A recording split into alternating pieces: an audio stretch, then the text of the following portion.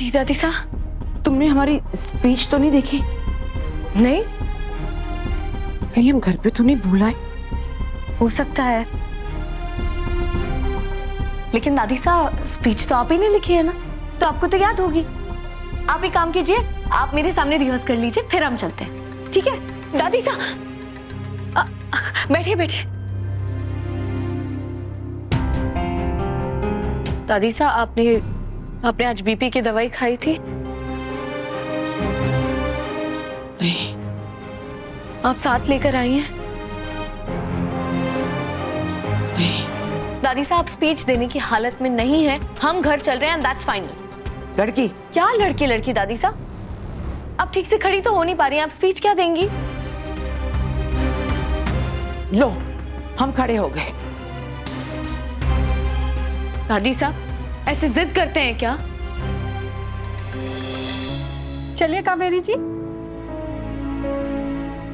जी।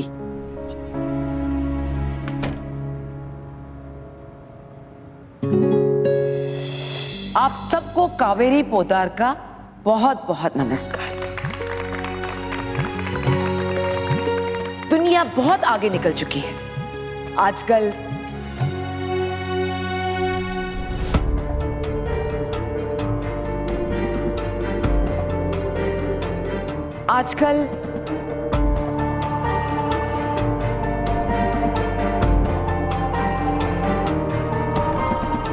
दादी साहब सबको साइलेंट फिल्म नहीं देखनी है, यहाँ सब लोग आपकी स्पीच सुनने आए हैं, लेकिन आप अपनी तबीयत की वजह से सब कुछ भूल रही हैं, तो बस मैं जो बोल रही हूँ उसे रिपीट करती जाइए, और मैं प्रॉमिस करती हूँ कि मैं कोई गड़बड़ नहीं करूंगी, पिंकी प्रॉमिस, ठीक है?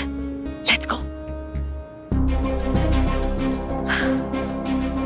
एक लड़की के पैदा होते ही माँ बाप उसकी शादी का सामान जोड़ना शुरू कर देते हैं। एक लड़की के पैदा होते ही माँ बाप उसकी शादी का सामान जोड़ने लगते हैं। माएँ अपनी बेटियों की आंखों में काजल नहीं सजाती, सपना भी सजाती है, जैसे शादी का सपना।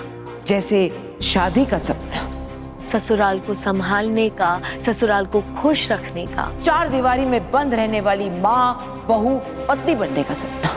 लेकिन अब सपना बदलने का वक्त आ गया। घर के अंदर रहना गलत नहीं है, घर के अंदर रहना गलत नहीं है, लेकिन घर के अंदर बेटों के लिए दरवाजे और बेटियों के लिए दीवारें होना गलत है। बेटी के लिए भी बाहर जाने का दरवाजा खुला होना चाहिए।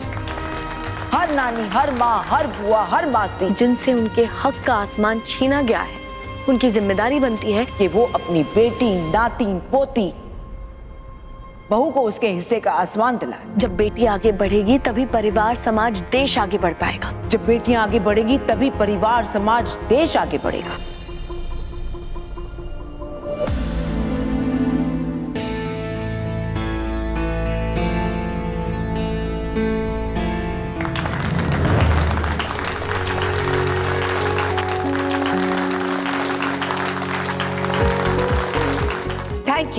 Thank you very much.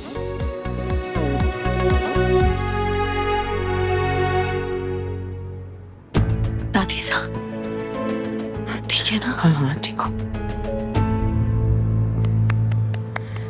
Thank you Kaveri ji. Thank you.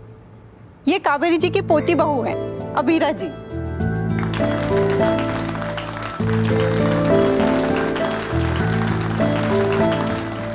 नमस्ते करो। ये रिश्ता क्या कहलाता है। आपके मनोरंजन पर अब नहीं लगेगा कोई ब्रेक।